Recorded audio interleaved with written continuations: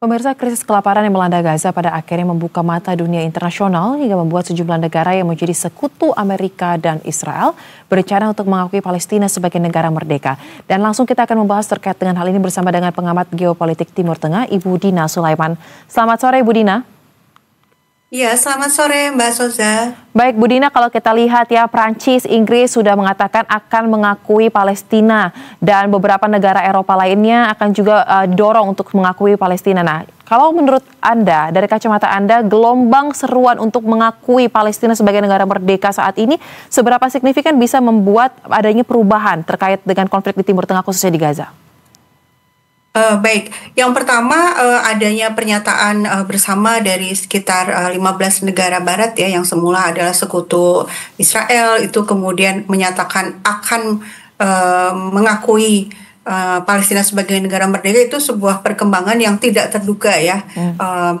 Saya pikir ini adalah dampak dari betapa masifnya kejahatan kemanusiaan yang ditampakkan secara terbuka oleh Israel. Kita lihat bagaimana orang-orang Gaza betul-betul menderita, kelaparan, dibunuhi, dan lain-lain. Sehingga di dalam negeri, di negara-negara barat ini, aksi-aksi demo menuntut pemerintah mereka agar menghentikan dukungan kepada Israel itu sudah semakin masif dan sangat besar. Jauh lebih besar dari demo-demo di negara-negara Muslim ya, misalnya di Indonesia itu nggak ada apa-apanya gitu ya, aksi demo di Barat itu sedemikian besar sehingga memang ini mendorong pemerintah di negara-negara Barat ini untuk kemudian melakukan sesuatu hal minimalnya untuk menenangkan opini publik di dalam negerinya masing-masing.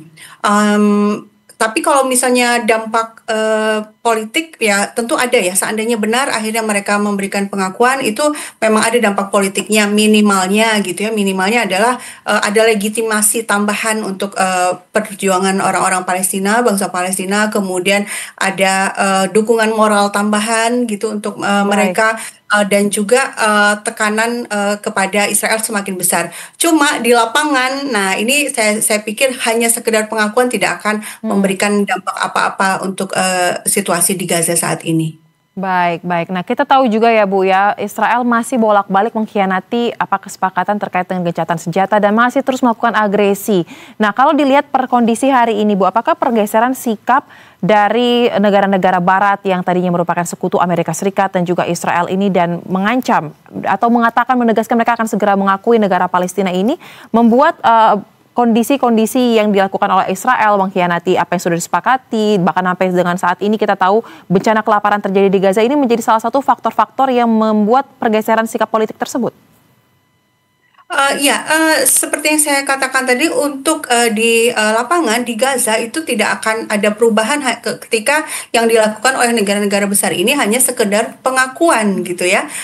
Karena apa? Karena Israel bisa melanjutkan blokadenya di Gaza, bisa melanjutkan operasi militernya di Gaza, itu karena ada suplai logistik kan, senjatanya masih terus dikirim ke Israel, senjata dari negara-negara Barat, kemudian juga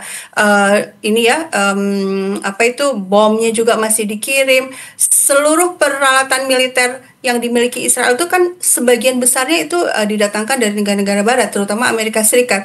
Kalau itu tidak diputus, ya tidak ada dampak apapun kepada Israel. Israel selama ini sudah 77 tahun, sudah ratusan resolusi, kecaman sudah nggak kurang-kurang. Dalam 2 tahun terakhir luar biasa juga tekanan yang diberikan kepada Israel, tapi kan tidak dipatuhi oleh Israel. Sehingga sebenarnya ada perlu langkah lanjutan ya, selain mengakui kemerdekaan Palestina kan artinya secara hukum mengakui wilayah. Nah, wilayah Palestina apa masa mengakui negara tapi nggak mengakui wilayah? Kan wilayahnya berarti tepi barat dan Gaza.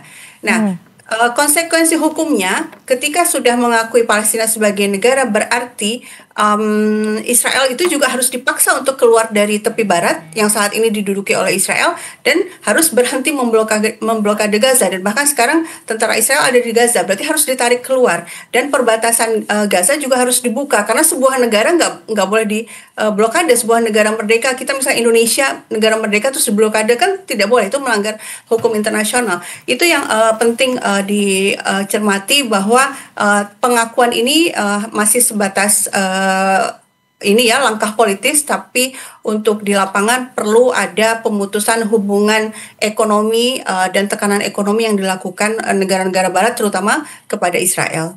Baik, berarti Bu, kalau hanya pengakuan negara kurang lebih tadi saya tangkap intinya ini tidak berdampak signifikan untuk apa yang terjadi di Gaza, tetapi harus mengakui wilayah dan melakukan tindakan nyata. Nah kira-kira kalau dibikin poin-poinnya nih Bu, apa yang perlu dilakukan dan pihak mana yang harus segera turun untuk mengkonkretkan dukungan tersebut menjadi suatu tindak nyata di Gaza? Baik, yang pertama kalau kita lihat dari prosedur di PBB ya, ketika saat ini kan berarti sudah ada 147 negara dari 193 negara mengakui Palestina. Nah, kalau nanti ditambah ya berarti bertambah negara yang mengakui. Tapi apakah nanti jadi negara Palestina merdeka? Itu masih harus dibawa ke Dewan Keamanan PBB, dan kita tahu Dewan Keamanan PBB itu ada negara yang punya hak veto kan, yaitu Amerika Serikat. Amerika Serikat hampir pasti tidak akan mau menyetujui Israel jadi negara merdeka, karena apa dampaknya ketika Palestina maksud saya, ketika Palestina sudah menjadi negara merdeka berarti dia berhak untuk melaksanakan pasal 51 Piagam PBB, yaitu sebuah negara kalau diserang negara lain, dalam hal ini Palestina diserang oleh Israel, dia berhak untuk membela diri secara sendirian maupun secara kolektif. Dia berhak minta bantuan kepada negara-negara lain untuk membantu dia melawan Israel.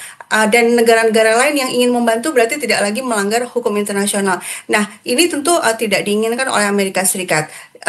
Dan ketika pertanyaannya di siapa nih yang paling berperan ya, paling punya power terhadap Israel untuk mengubah situasi ini, ya memang Amerika Serikat. Kita tahu Amerika Serikat itu memberikan dukungan politik, memberikan dana hibah setiap tahunnya, betul-betul dana gratis untuk Israel, dan juga 80% persenjataannya Israel itu sebagian besar datang dari Amerika Serikat.